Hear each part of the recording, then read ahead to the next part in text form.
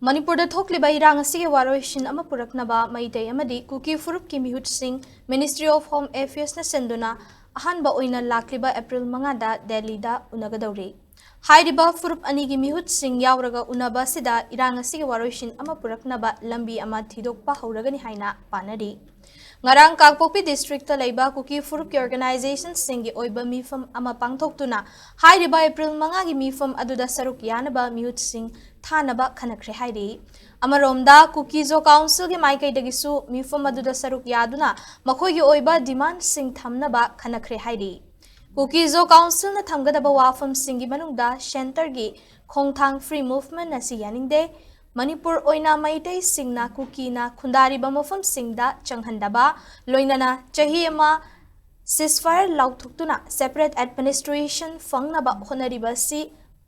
gi matangda wari sanaba sinbinaba haigadawri Meitei furup ki oina hauzik fawbagi oina mihut thanaba paudi leitri adubu pawgi likhun amanadi state asida NRC chanahanba